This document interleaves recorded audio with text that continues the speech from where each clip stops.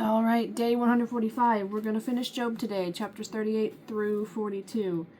Chapter 38. Then the Lord answered Job out of the whirlwind and said, Who is this who darkens counsel by words without knowledge? Now prepare yourself like a man. I will question you, and you will answer me. Where were you when I laid the foundations of the earth? Tell me if you have understanding. You who determined its measurements? Surely you know. Or who stretched the line upon it? To what were its foundations fastened? Or who laid its cornerstone? When the morning stars sang together, and all the sons of God shouted for joy. Or who shut in the sea with doors, when it burst forth and issued from the womb, when I made the clouds its garment, and thick darkness its swaddling band, when I fixed my limit for it, and set bars and doors, when I said, This far you may come, but no further, and here your proud waves must stop. Have you commanded the morning since your days began, and caused the dawn to know its place, that it might take hold of the ends of the earth, and the wicked be shaken out of it? It takes on form like clay under a seal, and stands out like a garment. From the wicked their light is withheld, and the upraised arm is broken. Have you entered the springs of the sea, or have you walked in search of the depths? Have the gates of death been revealed to you? Or have you seen the doors of the shadow of death? Have you comprehended the breadth of the earth? Tell me if you know all this. Where is the way to the dwelling of light, and darkness, where is its place, that you may take it to its territory, that you may know the paths to its home? Do you know it because you were born then, or because the number of your days is great? Have you entered the treasury of snow, or have you seen the treasury of hail, which I have reserved for the time of trouble, for the day of battle and war? By what way is light diffused, or the east wind scattered over the earth? Who has divided a channel for the overflowing water, or path for the thunderbolt, to cause it to rain on a land where there is no one, a wilderness in which there is no man, to satisfy the desolate waste, and cause to spring forth the growth of tender grass? Has the rain a father, or who has begotten the drops of dew?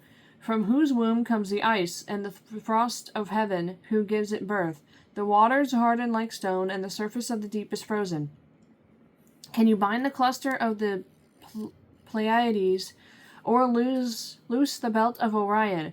Can you bring out Mazzaroth in its season, or can you guide the great bear with its cubs? Do you know the ordinances of the heavens? Can you set their dominion over the earth? Can you lift up your voice to the clouds, that an abundance of water may cover you? Can you send out lightnings that they may go, and say to you, Here we are? Who has put wisdom in the mind, or who has given understanding to the heart? Who can number the clouds by wisdom, or who can pour out the bottles of heaven? When the dust hardens in clumps, and the clods cling together, can you hunt the prey for the lion, or satisfy the appetite of the young lions, when they crouch in their dens, or lurk in their lairs to lie in wait? Who provides food for the raven, when its young ones cry to God, and wander about for lack of food? Chapter 39. Do you know the time when the wild mountain goats bear young? Or can you mark when the deer gives birth? Can you number the months that they fulfill? Or do you know the time when they bear young? They bow down, they bring forth their young, they deliver their offspring. Their young ones are healthy, they grow strong with grain, they depart and do not return to them. Who set the wild donkey free? Who loosed the bonds of the onager? I've never seen that word before, I'm about to look that up. Whose home I have made it the wilderness, and the barren land his dwelling. He scorns the tumult of the city, and I lost my place. Verse 7. He scorns the tumult of the city, he does not heed the shouts of the driver. The range of the mountains is his pasture, and he searches after every green thing. Will the wild ox be willing to serve you? Will he... Oh my gosh. Will he bed by your manger? Can you bind the wild ox in the furrow with your ropes? Or will he plow the valleys behind you? Will you trust him because his strength is great? Or will you leave your labor to him? Will you trust him to bring home your grain and gather it to your threshing floor? The wings of the ostrich wave proudly, but are her wings and pinions like the kindly stork's? For she leaves her eggs on the ground and warms them in the dust. She forgets that a foot may crush them, or that a wild beast may break them. She treats her young harshly, as though they were not hers. Her labor is in vain without concern, because God deprived her of wisdom, and did not endow her with understanding. When she lifts herself on high, she scorns the horse and its rider. Have you given the horse strength? Have you clothed his neck with thunder? Can you frighten him like a locust? His majestic snorting strikes terror. He paws in the valley and rejoices in his strength. He gallops into the clash of arms. He mocks at fear and is not frightened. Nor does he turn back from the sword. The quiver rattles against him, the glittering spear and javelin. He devours the distance with fierceness and rage. Nor does he come to a halt because the trumpet has sounded. At the blast of the trumpet, he says, "Ha ha!" He smells the battle from afar, the thunder of captains and shouting. Does the hawk fly by your wisdom and spread its wings toward the south? Does the eagle mount up at your command and make its nest on high? On the rock it dwells and resides, on the crag of the rock and the stronghold. From there it spies out the prey, its eyes observe from afar, its young ones suck up blood, and where the slain are, there it is. I remember some of those verses from Secretariat. Anyway, chapter 40. Moreover, the Lord answered Job and said, Shall the one who contends with the Almighty correct him? He who rebukes God, let him answer it. Then Job answered the Lord and said, Behold, I am vile. What shall I answer you? I lay my hand over my mouth. Once I have spoken, but I will not answer. Yes, twice, but I will proceed no further. Then the Lord answered Job out of the whirlwind, and said, Now prepare yourself like a man. I will question you, and you shall answer me. Would you indeed annul my judgment? Would you condemn me that you may be justified? Have you an arm like God, or can you thunder like with a voice like his? Then adorn yourself with majesty and splendor, and array yourself with glory and beauty. Disperse the rage of your wrath. Look on everyone who is proud, and humble him. Look on everyone who is proud, and bring him low. Tread down the wicked in their place. Hide them in the dust together. Bind their faces in hidden darkness. Then I will also confess to you that your own right hand can save you. Look now at the behemoth which I made along with you. He eats grass like an ox. See now, his strength is in his hips, and his power is in his stomach muscles. He moves his tail like a cedar. The sinews of his thighs are tightly knit. His bones are like beams of bronze, his ribs like bars of iron. He is the first of the ways of God. Only he who made him can bring near his sword. Surely the mountains yield food for him, and all the beasts of the field play there. He lies under the lotus trees, in a covert of reeds and marsh. The lotus trees cover him with their shade. The willows by the brook surround him. Indeed, the river may rage, yet he is not disturbed. He is confident, though the Jordan gushes into his mouth, though he takes it in his eyes, or one pierces his nose with a snare. I've heard people be like, the behemoth in the Bible sounds like they're describing a rhino. I don't know, though.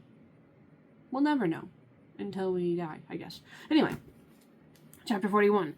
Can you draw out Leviathan with a hook, or snare his tongue with a line which you lower? Can you put a reed through his nose, or pierce his jaw with a hook?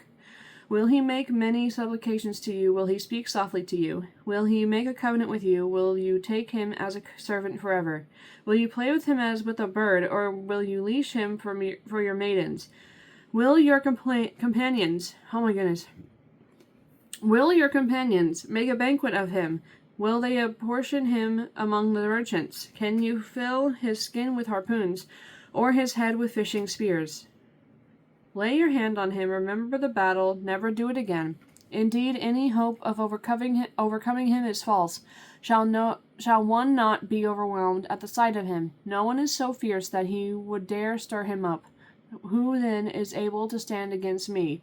Who has preceded me that I should pay him? Everything under heaven is mine.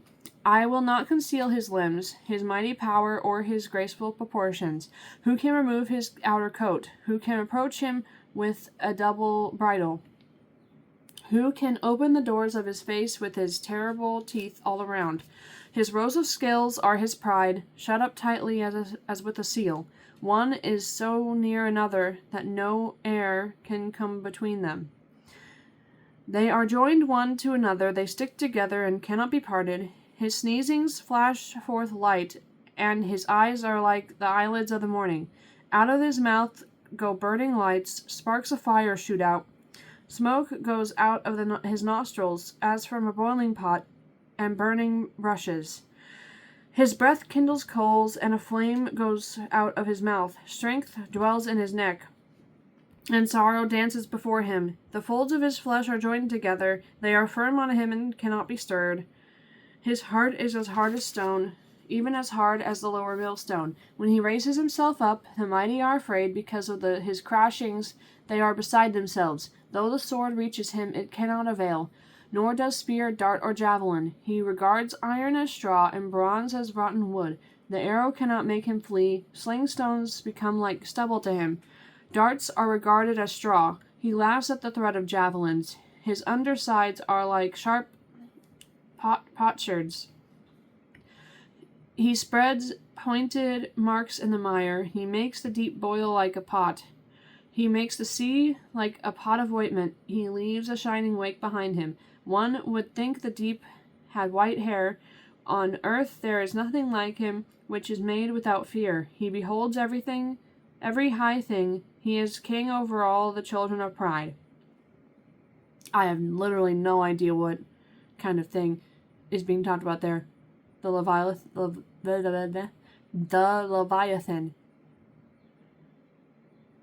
That doesn't sound like anything alive today. Anyway, chapter 42. Then Job answered the Lord and said, I know that you can do everything, and that no purpose of yours can be withheld from you. You asked, who is this who hides counsel without knowledge? Therefore I have uttered what I did not understand, things too wonderful for me, which I did not know. Listen, please, and let me speak. You said, I will question you, and you shall answer me. I have heard of you by the hearing of the ear, but now my eye sees you. Therefore I abhor myself, and repent in dust and ashes. And so it was after the Lord had spoken these words to Job, that the Lord said to Eliphaz the Temanite, My wrath is aroused against you and your two friends, for you have not spoken of me what is right, and as my servant Job has. Now therefore take for yourselves 7 bulls and 7 rams, go to my servant Job, and offer up for yourselves a burnt offering, and my servant Job shall pray for you, for I will accept him, lest I deal with you according to your folly, because you have not spoken of me what is right, as my servant Job has.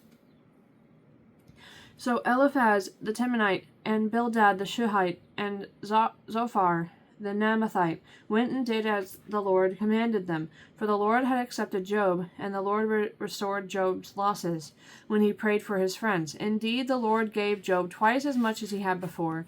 Then all his brothers, all his sisters, and all those who had been his acquaintances before, came to him and ate food with him in his house, and they consoled him and comforted him for all the adversity that the Lord had brought upon him. Each one gave him a piece of silver, and each a ring of gold. Now the Lord blessed the latter days of Job more than his beginning, for he had 14,000 sheep, 6,000 camels, 1,000 yoke of oxen, and 1,000 female donkeys. He also had 7 sons and 3 daughters, and he called the name of the first Jemima, the name of the second Keziah, the name of the third Karen Hapuk. In all the land were found no women so beautiful as the daughters of Job. I guess Jemima. And their father gave them an inheritance among their brothers. After this, Job lived 140 years, and saw his children and grandchildren for 4 generations. So Job died old and full of days. Okay, so wait, after this, Job lived 140 years more, or in total? I'm guessing in total. Probably. Okay, tomorrow we'll start Psalms. I get to get the cat, but also I'm running out of time on my phone again. I have to go through and delete stuff. Hooray. Let me get the cat. Say hi. Michi. Say goodbye. Say bye.